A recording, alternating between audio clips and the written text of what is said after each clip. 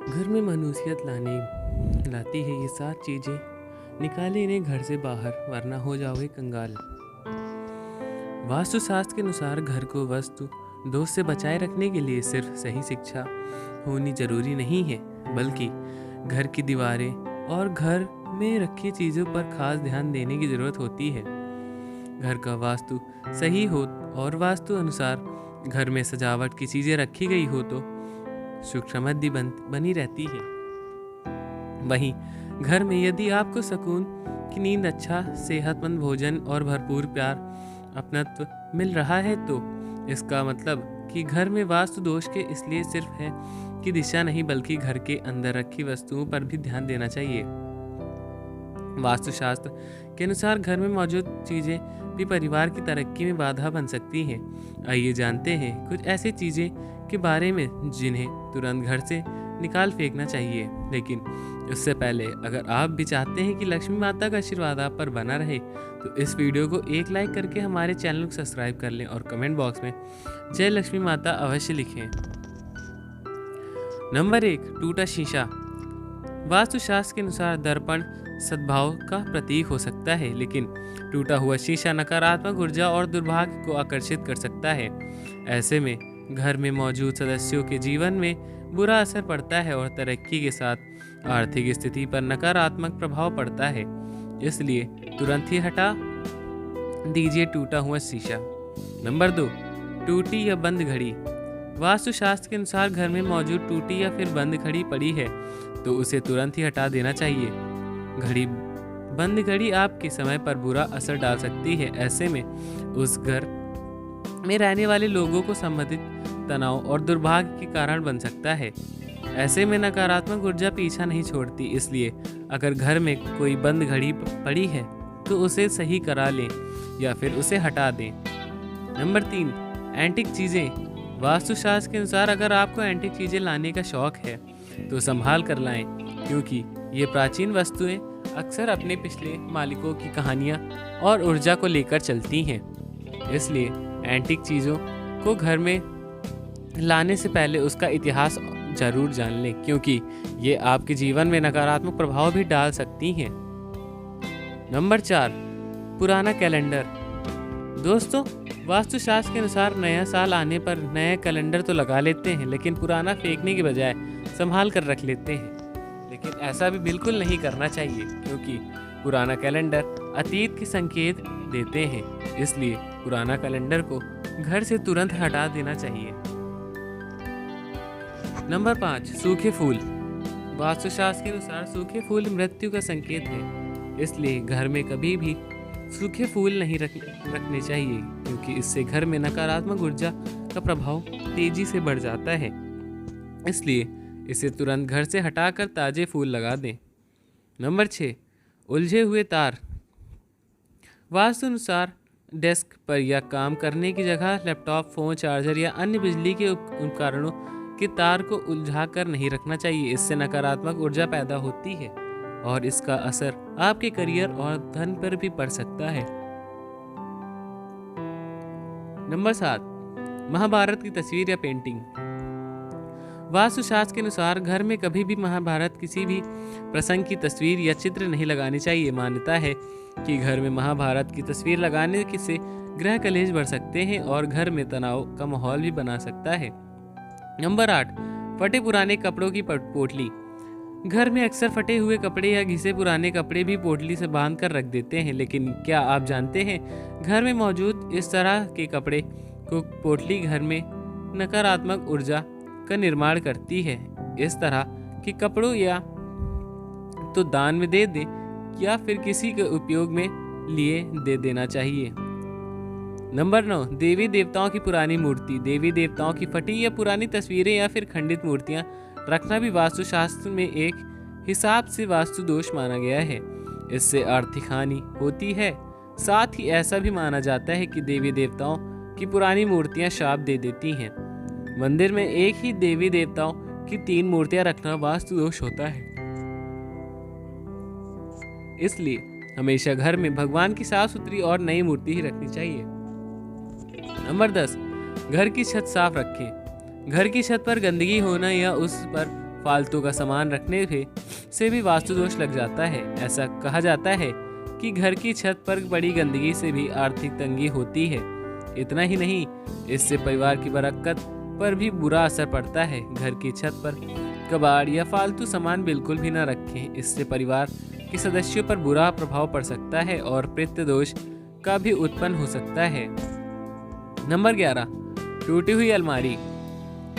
टूटी हुई अलमारी आर्थिक तंगी का कारण बनती है, इसलिए कहा गया है कि घर या दुकान में किसी भी तरह की टूटी अलमारी नहीं होनी चाहिए। इतना ही नहीं, वास्तु में बताया गया है कि अलमारी का काम हो जाने के बाद उसे बंद कर देना चाहिए। बेवजह खुली हुई अलमारी काम में रुकावट आती है और पैसा भी पानी की तरह से बह जाता है। नंबर 12, मकड़ी के जाले और गंदगी। अक्सर ऐसा कहा गया है कि घर में लगे मकड़ी के जाले और गंदगी में सौभाग्य फंस जाता है, इसलिए घर को हमेशा साफ रखना चाहिए। घर में बने मकड़ी के जालों को एकदम से साफ कर दें, अन्यथा ये आपके अच्छे दिनों को बुरे दिनों में बदल सकते हैं। घर या दुकान में लगने वाले मकड़ी के जाले अशुभ होते हैं, इसलिए इन्हें समय समय पर साफ कर देना बेहतर होता है। नंबर 13, तस्वीरों में नकारात्मकता। कुछ विशेष प्रकार की तस्वीरें भी घर में नहीं रखनी चाहिए, जैसे कि बिना फल फूल के पेड़, डूबती नाव, नग्न जंग में लहराती तलवार, नगन सिंह शिकार के लिए दृश्य, इंद्रजाल, कैद हाथी, उदास या रोते हुए लोग की तस्वीरें भी घर में कभी नहीं लगानी चाहिए।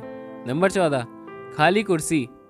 घर में कभी भी सदस्य रूप में एक खाली कुर्सी रखना शुभ नहीं है, क्योंकि मान्यता है कि यह हानिकारक आत्माओं को घर में आमंत्रित करता है।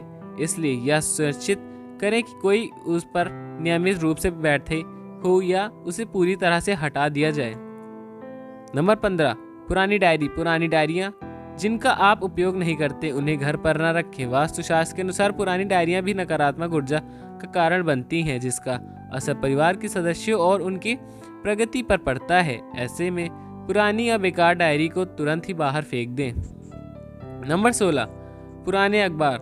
ज़्यादातर घरों में रद्दी के तौर पर पुराने अखबार इकट्ठा किए जाते हैं। लोग अपने अपने तरीकों से इन रद्दी का इस्तेमाल करते हैं।